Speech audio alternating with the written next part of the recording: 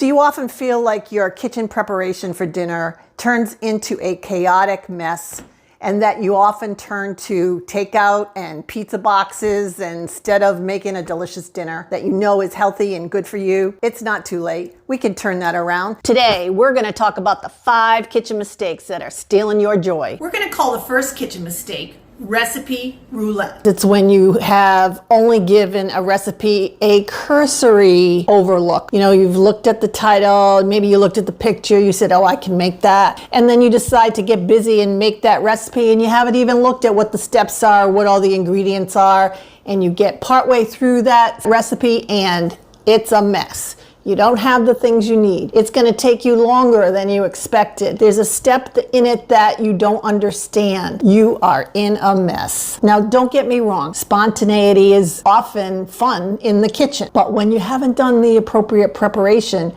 you're in for a disaster. So let's opt out of chance at the roulette wheel. And instead, let's take the time to read through the whole recipe. Let's make sure that we've highlighted for ourselves the key points. What are the ingredients we need? How long is it going to take?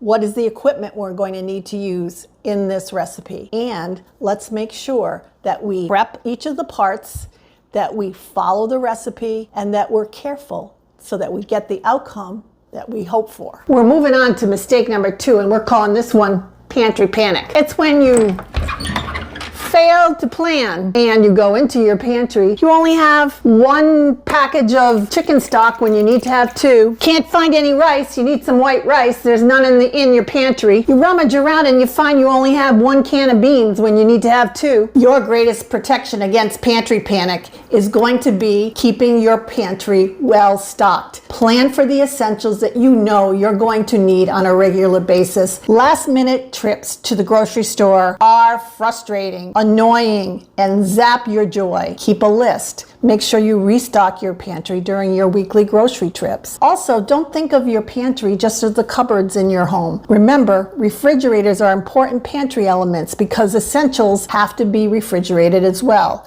You need to make sure that you have enough of your dairy, your eggs, and the condiments that you are going to use on a regular basis.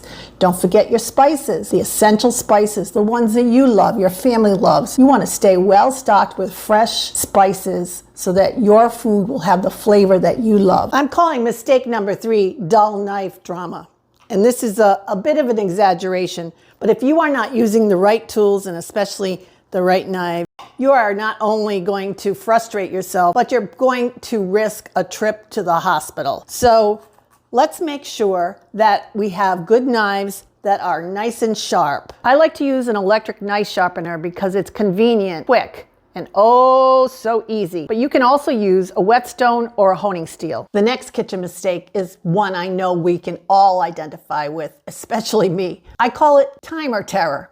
It's when we take that beautiful batch of cookies, pop it in the oven, and walk away without setting the timer. And then we're left to guess, when are these cookies going to be ready? Timers in the kitchen are essential. They help us to maintain the flavor, the texture, and the food safety elements of our cooking. Today, we have multiple options for our kitchen timers. We have timers on our appliances like our oven. We have timers in our smartwatches, in our phones, and we also have the help of other aids like Alexa, set a timer for 10 minutes. 10 minutes, starting now. The key to avoiding kitchen disasters is to use our timers, and even to use multiple timers if we're doing a complex dish or we're multitasking. Timers keep us on task. Similar to timer terror is temperature terror.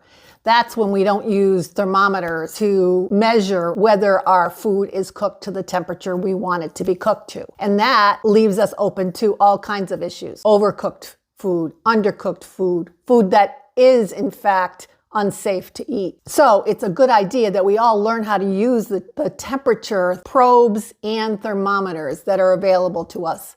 I bet some of you have a temperature probe that came with your oven. Do you know how to use it? Time to get out that manual and read up on how to use that probe. Instant read thermometers are essential in the kitchen, whether you're just using them to test how hot is your cup of tea, or you're checking on your chicken to make sure that it's cooked to the right internal temperature. Going forward, let's eliminate those joy zappers in the kitchen and focus on the fun we can have creating delicious foods for our family and friends.